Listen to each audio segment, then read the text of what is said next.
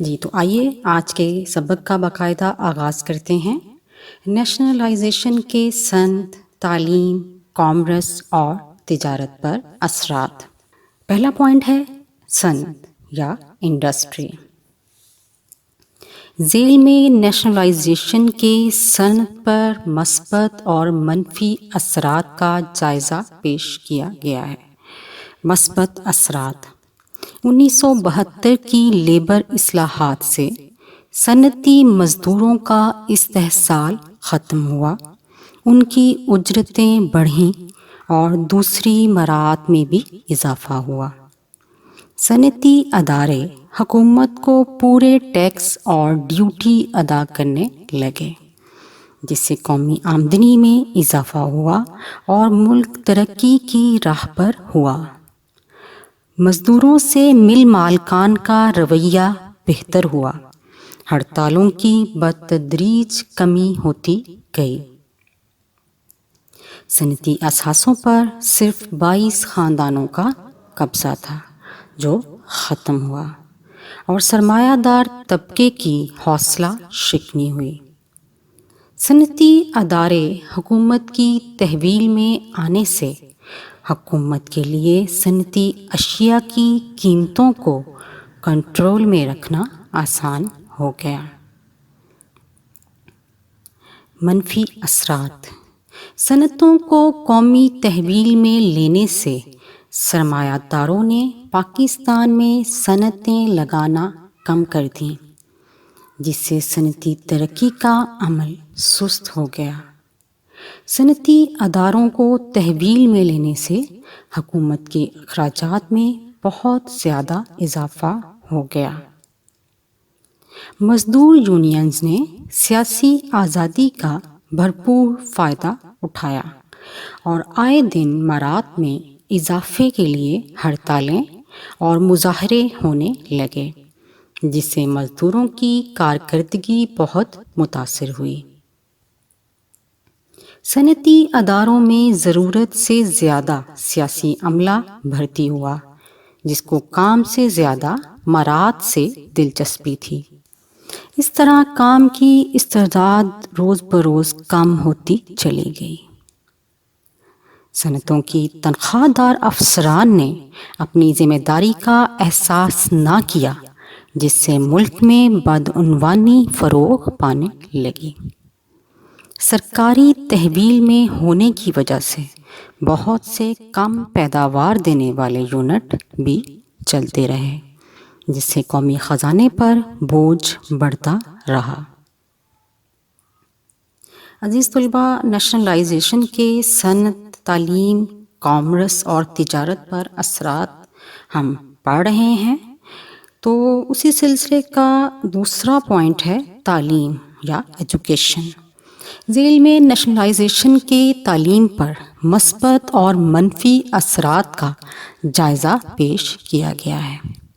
مثبت اثرات: ذوالفقار علی بھٹو کی حکومت نے 1972 میں ملک کے بیشتر نجی تعلیمی ادارے قومی تحویل میں لے لیے۔ ان اداروں میں کام کرنے والے اساتذہ اور دیگر ملازمین کی تنخواہیں بہت کم تھیں۔ قومیانے سے پرائیویٹ تعلیمی اداروں کے ملازمین کی تنخواہیں اور دیگر سہولتیں سرکاری تعلیمی اداروں کے برابر ہو گئیں۔ ملک کے طلباء کو بسوں اور ریل گاڑیوں کے کرایوں میں خصوصی رعایت دی گئی، جس سے غریب والدین بھی اپنے بچوں کو سرکاری اسکولوں میں تعلیم حاصل کرنے کے لیے بھیجنے لگے۔ طلباء کے وظائف میں 4 گنا اضافہ کیا گیا۔ میڈیکل، انجینئرنگ اور دیگر پیشہ ورانہ یونیورسٹیاں قائم کر کے ہر شعبہ زندگی میں ترقی کی رفتار تیز سے تیز تر کرنے کا پروگرام بنایا گیا۔ کالجوں کو یونیورسٹیوں میں تبدیل کر کے اعلیٰ تعلیم کے دروازے کھول دیے گئے۔ کم درجے والے اسکولوں کو اپ گریڈ کیا گیا۔ ملک بھر میں اسکول اساتذہ کی تربیت کے لیے تربیتی ادارے یا ٹریننگ سینٹر کھول کر بے شمار غیر تربیت یافتہ اساتذہ کو تربیت دی گئی۔ علامہ اقبال اوپن یونیورسٹی کے قیام کی منظوری دی گئی، جس سے طلباء کو ریڈیو، ٹی وی اور بذریعہ خط و کتابت تعلیم کے مواقع ملے۔ اس کے علاوہ تعلیم بالغاں کے مراکز بھی قائم کیے گئے۔ تعلیم کے نیشنلائزیشن کے تعلیم پر منفی اثرات کا جائزہ لیتے ہیں تو اس سلسلے کا پہلا پوائنٹ ہے، نجی تعلیمی اداروں کو قومی تحویل میں لینے سے اساتذہ اور دیگر ملازمین کو تنخواہوں کی ادائیگی کے لیے حکومت کو قومی خزانے سے رقم خرچ کرنا پڑی۔ قومی خزانے پر بوجھ پڑنے سے حکومت کی مشکلات میں اضافہ ہونے لگا۔ حکومت کے قومیانے کے اقدام سے پرائیویٹ تعلیمی اداروں کے مالکان ناخوش تھے اور وہ اپنے تعلیمی ادارے واپس لینے کی جدوجہد کرنے لگے۔ طلباء کو کرایوں میں رعایت دینے سے ٹرانسپورٹ مالکان اور طلباء کے درمیان کشمکش کی ایک نئی صورتحال پیدا ہو گئی۔ حد سے زیادہ آزادی دینے سے طلباء تعلیمی سرگرمیوں سے کنارہ کشی کرنے لگے، جس سے والدین کو تشویش ہونے لگی۔ کالجوں اور یونیورسٹیوں میں طلباء تنظیموں نے سیاسی جماعتوں کے ذریعے منظم شکل اختیار کر لی اور امن و امان کا مسئلہ پیدا ہوا۔ لیکچر کے سلسلے کو آگے بڑھاتے ہیں۔ آج کا ہمارا آخری ٹاپک ہے کامرس اور تجارت پر نیشنلائزیشن کے مثبت اور منفی اثرات کا جائزہ۔ مثبت اثرات: صنعتوں کے حکومتی تحویل میں آنے سے صنعتی پیداوار میں اضافہ ہوا۔ بھٹو حکومت نے صنعتوں کو فروغ دینے کے لیے مشینری اور صنعتی خام مال کی درآمدات کی حوصلہ افزائی کی۔ اس سے ملک ترقی کی راہ پر گامزن ہوا۔ پاکستان کا توازن تجارت بہتر ہوا۔ برآمدات میں اضافہ ہوا، حتیٰ کہ سبزیاں اور پیاز بھی برآمد ہونے لگے۔ زرعی اصلاحات سے زرعی پیداوار بہتر ہوئی، جس سے ملکی اور غیر ملکی تجارتی سرگرمیوں میں بھی اضافہ ہوا۔ افراط زر ہونے سے تنخواہ دار طبقہ متاثر ہوا۔ کامرس اور تجارت نیشنلائزیشن کے ان پر منفی اثرات: افراط زر ہونے سے تنخواہ دار طبقہ متاثر ہوا، یعنی کہ خزانے میں تھوڑے پیسے ہونا، نوٹ زیادہ ہونا، لیکن لوگوں کے پاس چیز نہ ہونا، تو سب کہتے ہیں کہ افراط زر ہو جانا ہے، یعنی روپے کی زیادتی ہو جانا، لیکن وہ اشیاء مارکیٹ میں نہ ہو وہ چیز، تو وہ پھر روپے کی قدر کم ہونے سے برآمدات میں تو اضافہ ہوا، لیکن مہنگائی میں بھی اضافہ ہوا۔ سامان تعیش کی درآمد بڑھی، مشینری کی درآمدی اخراجات میں اضافہ ہوا، جس سے توازن ادائیگی متاثر ہوا۔ ملکی خزانے پر بوجھ پڑنے سے زر مبادلہ کے محفوظ ذخائر کم ہونے لگے۔ 1973 میں تیل کی قیمتیں زیادہ ہونے سے پاکستان کا توازن تجارت خسارے کی طرف چلا گیا۔ 1973 کے آئین کے اہم پہلو: افتتاحیہ: 1956 اور 62 کے آئین کی طرح 1973 کے آئین میں بھی قرارداد مقاصد کو افتتاحیہ کے طور پر شامل کیا گیا، جس کے مطابق حاکمیت اللہ تعالیٰ کی ہے۔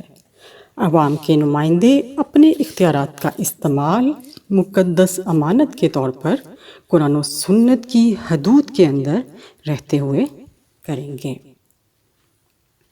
1985 میں ایک ترمیم کے ذریعے اسے 1973 کے آئین کا باقاعدہ حصہ بنا دیا گیا۔ تحریری آئین: پہلے آئینوں کی طرح یہ آئین بھی تحریری ہے جو 280 دفعات، 12 حصوں اور 6 گوشواروں پر مشتمل ہے۔ وفاقی آئین پہلے آئینوں کی طرح 1973 کے آئین میں بھی پاکستان کو وفاقی مملکت قرار دیا گیا۔ آئین کے تحت وفاق پاکستان 4 صوبوں، وفاقی دارالحکومت اور اس سے ملحقہ علاقے، وفاق کے زیر انتظام قبائلی علاقہ جات اور صوبوں سے ملحقہ قبائلی علاقوں پر مشتمل ہے۔ 1973 کے آئین کے اہم پہلوؤں کا ہم مطالعہ کر رہے ہیں۔ اسی سلسلے کا آج کا چوتھا پوائنٹ ہے نیم استوار آئین، یعنی ایک ایسا آئین جس میں ترمیم کا طریقہ نہ زیادہ مشکل ہو نہ آسان ہو، جس کو ہم سیمی ریجڈ کانسٹیٹیوشن بھی کہتے ہیں۔ 1973 کا آئین نیم استوار نوعیت کا ہے۔ اس میں ترمیم کا طریقہ کار نہ زیادہ مشکل ہے اور نہ آسان ہے۔ قومی اسمبلی اور سینٹ کی 2/3 اکثریت آئین میں ترمیم کی مجاز ہے۔ قومی زبان 1973 کے آئین کی روح سے پاکستان کی قومی زبان اردو ہوگی۔ 15 سال کے عرصے میں اردو کو سرکاری زبان کی حیثیت سے رائج کرنے کے انتظامات کیے جائیں گے۔ اس دوران انگریزی زبان بطور سرکاری زبان استعمال ہوگی، مگر آج تک ایسا نہ ہو سکا۔ اسلامی آئین پاکستان کے آئین میں مملکت کا سرکاری مذہب اسلام قرار دیا گیا۔ صدر اور وزیر اعظم کے لیے مسلمان ہونا ضروری ہے۔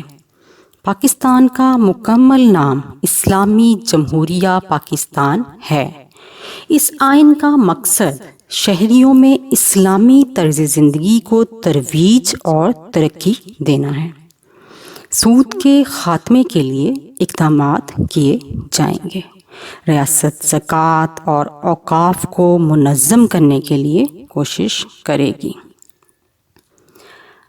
آزاد خود مختار عدلیہ انڈیپینڈنٹ جوڈیشری 1973 کے آئین میں آزاد عدلیہ کی ضمانت فراہم کی گئی ہے۔ ججوں کو معقول معاوضہ اور ملازمت کا تحفظ حاصل ہے۔ عدلیہ کو انتظامیہ سے الگ کر دیا گیا ہے۔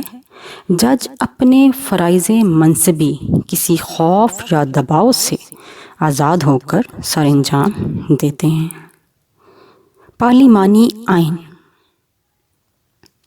1973 کے آئین کے تحت قومی اسمبلی کی میعاد یا اس کا ٹینور یا اس کی مدت 5 سال مقرر کی گئی ہے۔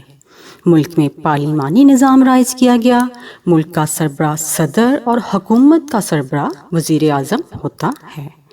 صدر کو قومی اسمبلی، سینٹ اور 4 صوبائی اسمبلیاں منتخب کرتی ہیں، جبکہ وزیر اعظم کا انتخاب قومی اسمبلی کی اکثریت سے عمل میں آتا ہے۔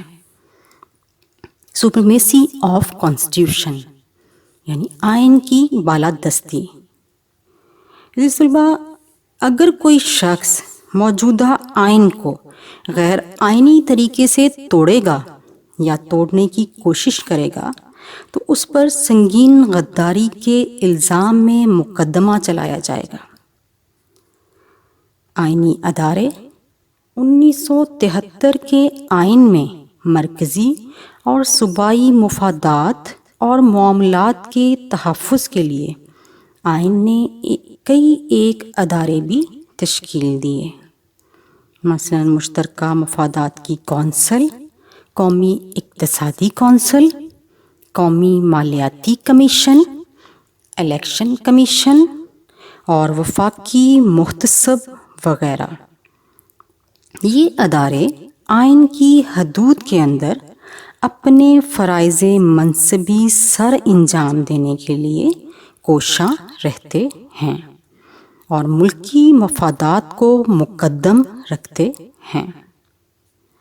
2 ایوانی مقننہ 1973 کے آئین کے مطابق پارلیمنٹ 2 ایوانوں پر مشتمل ہوگی۔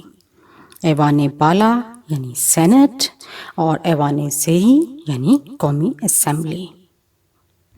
سینٹ میں صوبوں کو مساوی نمائندگی دی گئی ہے اور وہ ایک مستقل ایوان ہے جس کی میعاد 6 سال ہے۔ ارکان کی تعداد 104 ہے۔ قومی اسمبلی 342 ارکان پر مشتمل ہے۔ پارلیمنٹ یا مجلس شورا کے کل ممبران کی تعداد 446 ہے۔ عزیز طلباء، یہاں یہ وضاحت کر دوں کہ پارلیمنٹ جو ہے اس مینڈ آف 2 ہاؤسز، یعنی اس میں ایوان بالا اور ایوان زیری دونوں آ جاتے ہیں جو مجلس شورا ہے۔ تو 342 قومی اسمبلی کے ارکان اور سینٹ کے 104 ارکان کو ملا کر پارلیمنٹ کے کل ممبران کی تعداد 446 ہے۔ 1973 کے آئین کا آج کا آخری پوائنٹ ہے بنیادی حقوق۔ آئین میں شہریوں کو تمام بنیادی حقوق حاصل ہیں۔ پارلیمنٹ اور صوبائی اسمبلیوں کو بنیادی حقوق کے منافی کوئی قانون بنانے کی اجازت نہ ہوگی۔ عزیز طلباء، امید کرتی ہوں کہ آپ کو آج کا لیکچر سمجھ آ گیا ہے، اور انشاءاللہ کل آپ کی خدمت میں نئے لیکچر کے ساتھ حاضر ہوں گی۔ ابھی تک کے لیے اتنا ہی، اجازت دیجیے، گھر میں رہیے، محفوظ رہیے۔ اللہ حافظ۔